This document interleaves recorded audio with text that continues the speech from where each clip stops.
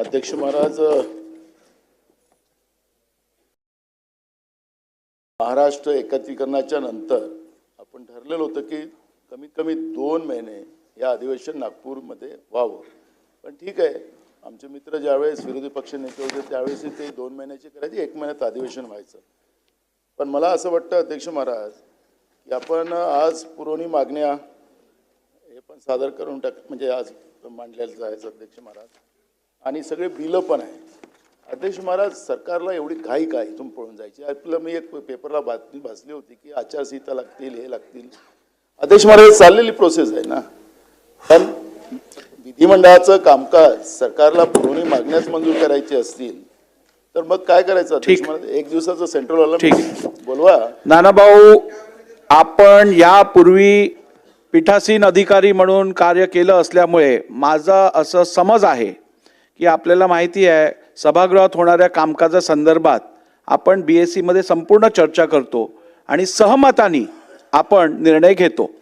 आपण या BSc ला उपस्थित नव्हतात, त्याची कारणं काही वेगळी असतील, परंतु BSc मध्ये या संदर्भात सर्वांच्या सहमतीने मी निर्णय घेतलेला आहे. त्यामुळे आता मी तुम्हाला या विषयावर अधिक बोलायला देणार नाही. शोक प्रस्ताव.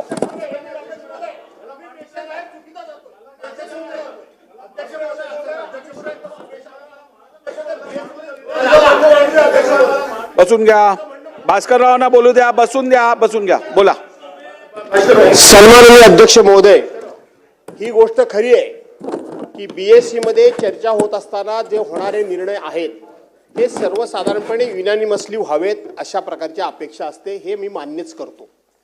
दुसरी गोष्ट, मला हाही नियम माहीत आहे की सर्वसाधारणपणे BSc मध्ये झालेली चर्चा येऊन बाहेर बोलायचं नसतं, हेही मला माहिती आहे. तरी मी बोललोय, हेही मी मान्य करतो. मी कधी आयुष्यात खोटं बोलत नाही.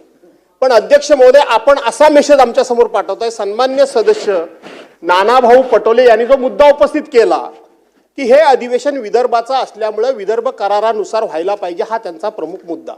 ठीक आहे, त्याच्यावर आपण निर्णय देणार. पण आपण असा मेसेज पाठवला की आम्ही तिथं या सगळ्या गोष्टीला मान्यता दिलेली, आम्ही आमचं मत तिथं मांडलेलं आहे की 8 ते 19 पर्यंत व्हावं, हा आम्ही आग्रह केला. एखादा आठवडा अधिक वाढवा म्हणून आग्रह केला. निर्णय झाला इथपर्यंत ठीक आहे, परंतु तुम्ही आमच्याबद्दल संशयाचं वातावरण निर्माण करू नये असं मला म्हणायचं. ठीक आहे सर. अध्यक्ष महोदय, आमचे मित्र नानाभाऊ हे पीठासीन अधिकारी होते.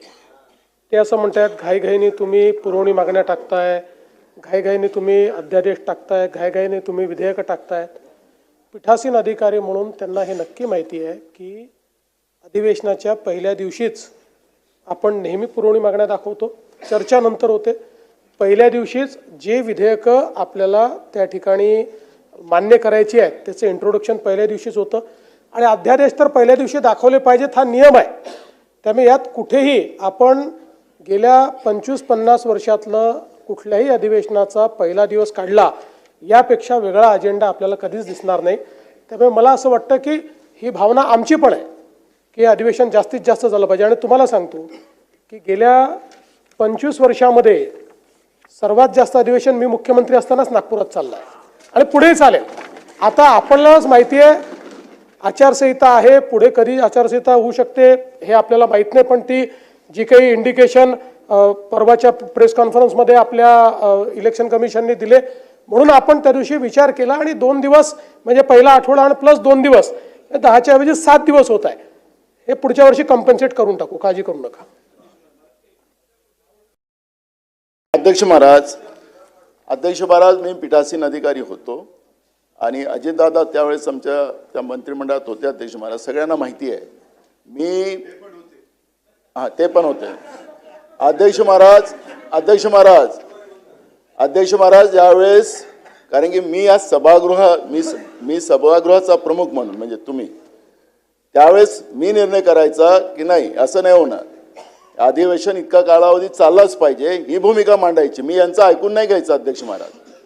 त्याच्यामुळे अध्यक्ष महाराज, मला माझी जबाबदारी त्या चेअरवर बसून मला माहिती होती की मी या सभागृहाला काय न्याय दिला पाहिजे, हे माझी जबाबदारी होती अध्यक्ष महाराज. मला तुमच्यावर काही आरोप आणायचा नाही अध्यक्ष महाराज. मी तुमच्याकडून काही याच्यासाठी मागतो अध्यक्ष महाराज, कारण की या सभागृहाचं तुम्ही आमचे प्रमुख आहात, तुमच्याकडे आम्हाला मागणी करण्याचा अधिकार आहे.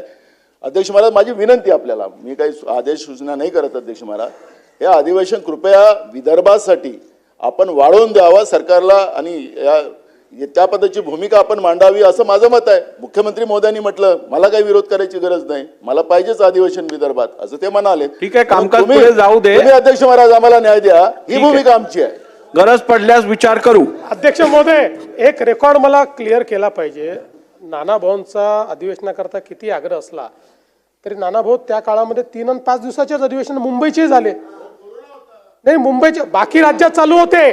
बाकी राज्यात कोरोना नव्हता का? बाकी राज्यात 15-15, 20-20 दिवस चालायचे.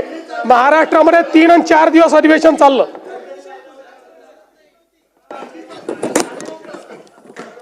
शोक प्रस्ताव